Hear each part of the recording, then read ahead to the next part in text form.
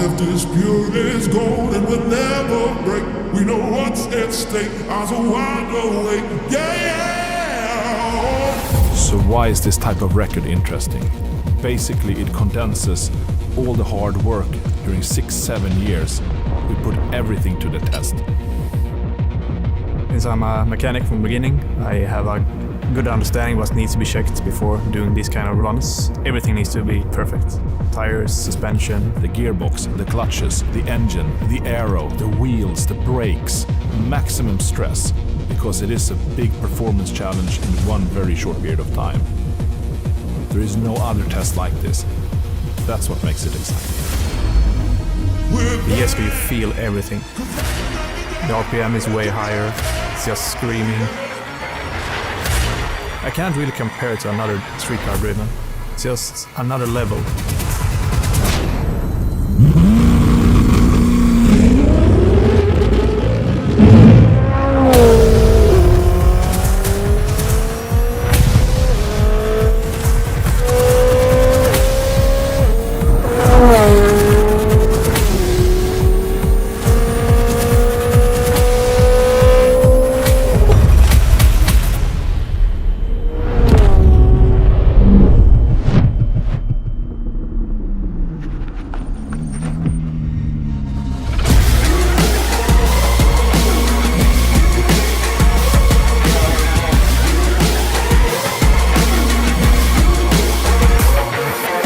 This type of scenarios I kind of dreamt about.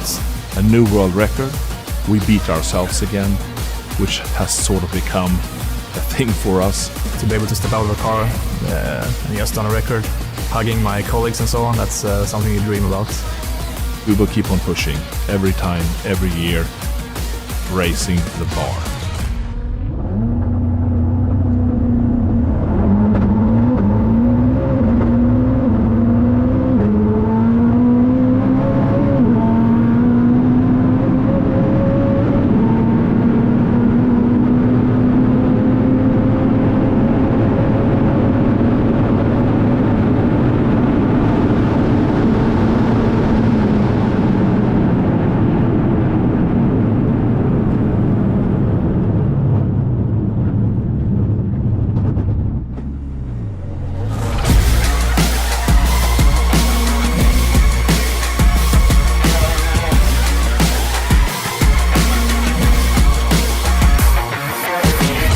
So here we are again at Örebro airport in Sweden on a sunny day, almost exactly a year ago since we set the Regera world record for 0 to 400 kilometers per hour, back to zero again, and 0 to 250 miles per hour and back to zero again. But this year we're here with the Jesko Absolut, a completely different car. There is no batteries in this car apart from 12 volts. It's a V8 engine with 1600 horsepower running on renewable fuel E85.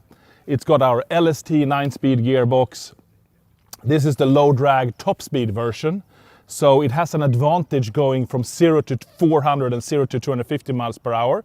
And then it doesn't have any active aero flipping up or a lot of downforce, creating extra drag when braking or helping to brake. So it's all mechanical braking. So still, this managed to beat our own record from last year. We have a habit of beating our own records, which is quite interesting. But we managed to improve the 0 to 400 and 0 to 250 miles per hour time so much that even though it was 1 second slower in braking without all those aero helps and drag from downforce, the total time still became substantially improved. And what a day. Marcus, please come in. Amazing. Again, this is like deja vu. We were here a year ago doing exactly the same thing, exact same weather. So I guess we need to come back next year. What do you say? What do we bring it in? But how was your experience if you compare the two? You have all the gear shifting and the high-pitch V8 just screaming in the back. So it's more eventful. More visceral. Yeah, more visceral. So let's say, even though the times end up not too different, Exactly. it's a completely different experience. With the Regera, it's like a very relaxed, super fast, Exactly. very Effortless. competent, effortless. This is visceral and more wild. Yep. So I guess pros and cons in a way. Exactly. You feel like when you reach almost 400, this is way more slippery through the air. It just keeps on going. But braking, you don't have that assistance of the drag from downforce or the flip-up wing. Yep. So But lose a we, little bit, but we all know what this is supposedly is capable in top speed, and then we need that setup. Yeah. And of course, we want to talk about the top speed record as well. And we have done a lot of preparation. Now it's really down to the tires, to have the tires approved for this speed. Then we will be ready to go. So we're hoping that can happen in the very near future as well. So yeah, very exciting times, very impressive, very well driven.